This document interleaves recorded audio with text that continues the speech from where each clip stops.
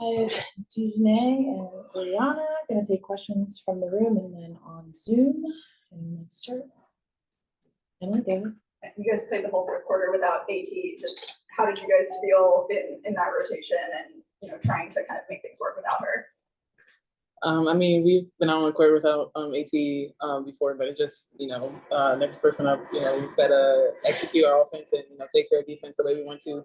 You let some things slip down there in the fourth quarter, and we just got to be better. Yeah, just what was the difference in the fourth quarter? Was it in your mind, or? I mean, it was some key turnovers that we had early and late, and I think it just gave them momentum. They got the crowd into it, and I think but we still had chances. We were still in the game. We still could execute it some offensive better. I think it's turnovers. Going off in terms of like especially in the first half, Liberty were executing a lot of switches, but there weren't a lot to do it for you guys in terms of those inside outs that you like to do to create those shots. Did it feel like there was a sort of a difference between what you were getting from Liberty today versus what might have seen against Phoenix in the last game, just in terms of that? I mean, they played different rotations than Phoenix, and it just they play a little different, a little faster, well, not really. They can play fast too, but I think they just executed their things down the stretch a little bit better than we did today. Mentally, this is your third straight loss to the Sorry. Mentally, this is your third straight loss to the but you guys were in that game. It was clear that you guys could win that game. So after losing this time, is it more of we beat ourselves more than they beat us? If we know we can beat the next go round, or I mean, what's your mind state, or is it you just ready to swap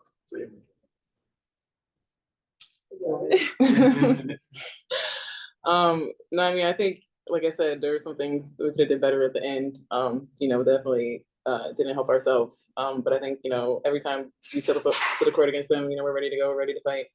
So I think it's just, we just gotta be better. Any other questions? as players with the break right around the corner?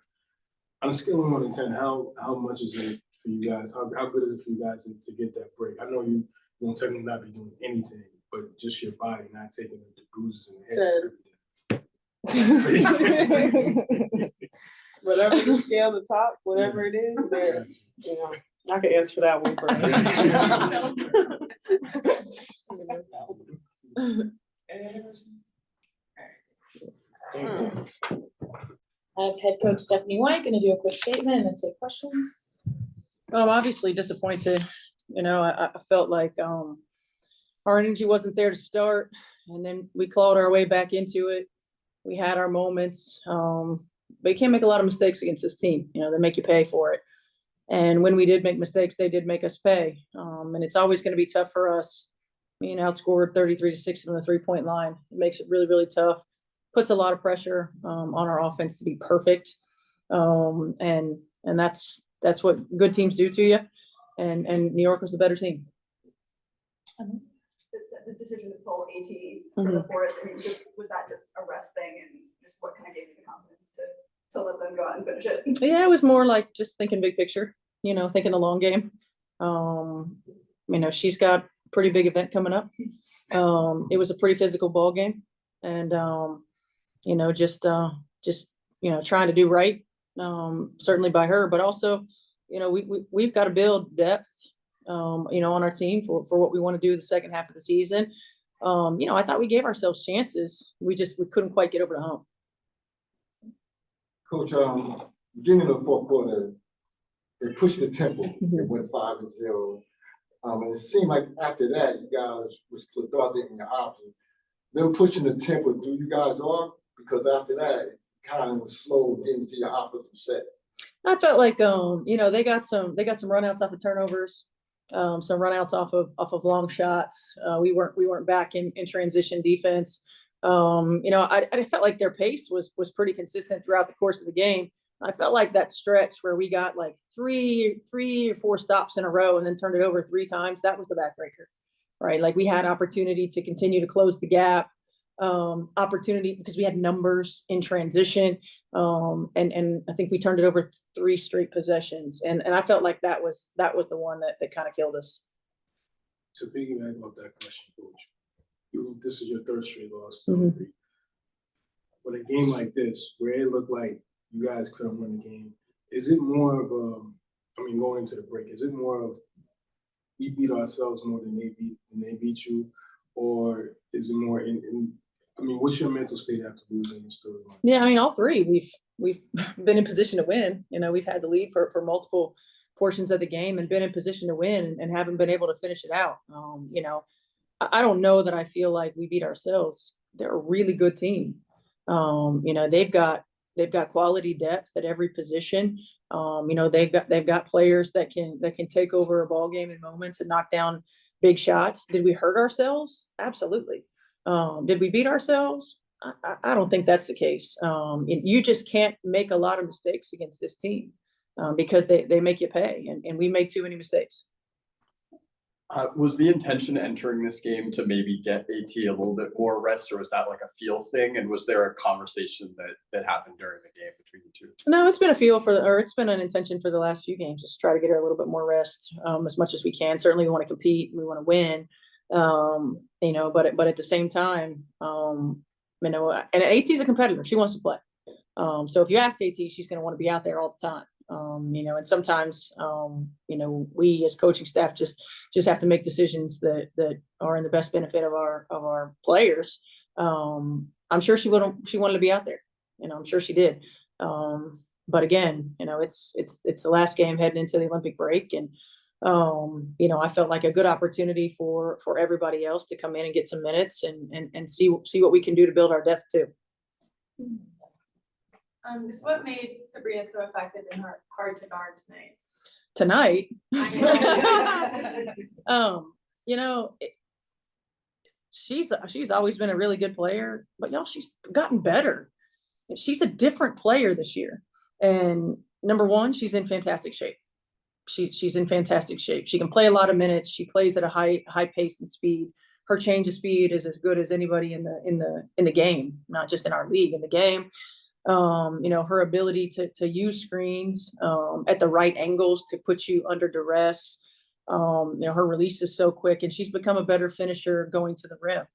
I mean, you can tell that she's put in the work. You know, she's not even the Sabrina of last season, and that's just a credit to her and the work that she's continued to put in to make herself, you know, a player that you have to guard at all three levels. And you know, not even taking into consideration the fact that she's a terrific facilitator as well. So, you know, she's played a lot of roles and wore a lot of hats in this organization.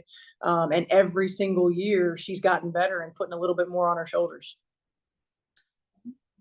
Yeah, and for 2 or 3 times you mentioned kind of the mistakes being the difference. Mm-hmm. You guys only had 10 turnovers on offense, for instance. Like, what are you specifically watching from the I mean, we had, you know, I think that the 3 in a row, certainly when we were trying to make our run, sometimes missed executions, you know, missed coverages, missed switches, miscommunications on defense where you saw, you know, them running free where we either didn't switch or got confused in a switch, you know, a little bit of off ball stagnation, being stagnant, a little bit off ball. Defensively, so when they would run their little dribble at back door, we'd be late on the DHO. So I mean, it's minimal things oftentimes, but minimal things are big things when you're playing great teams and when you're playing championship caliber teams. And it's stuff that you have to have clean, and you have to have it clean for 40 minutes because 35 doesn't work, 38 doesn't work. The start felt pretty similar to the one from a couple days ago. I mean, did you feel like that was them giving you something you weren't expecting, or just more of an energy thing coming in? I feel like our starts every game are slow. You know, and again, like I'm not sure what that is. And you know, there are some teams where we can claw our way back and we're fine. But again, you can't do that against the good teams that you're competing to win a championship with. So that's got to be something that we continue to tinker with. We do sometimes with our shooting, with our you know, shoot arounds. We do sometimes with our practices. We try different things. So you know, we'll have to continue to evaluate that. Last question. In terms of saying, you know, that being a repeating issue, and we had similar issues in terms of the actions of the off-ball actions against the previous games. When you have such a veteran team as this one, you have few faces, but such a veteran team, how does it affect how you approach dealing with that issue? Yeah, I think first of all, we continue to show it. Just like everybody, you continue to show it. We continue to talk about it. We continue to demand it. I think it's a great opportunity for us now because some of that slippage and when you don't have opportunity to practice, you start to see slippage happen. Some of it's fatigue. I mean, DeWanna Bonner is 15 years in the league and has been playing 30 plus minutes. Breezy, while she's been outstanding, is still, working her way back. Ty Harris has never been in this position in her career to have to play as efficiently as we need her to play for 30 plus minutes a ball game. And they too. So, I mean, we have some pieces that are in different positions. 6 new players certainly, but I think more than anything, just the break's going to do us some good. Rest, recover, get some practice time, which will be good.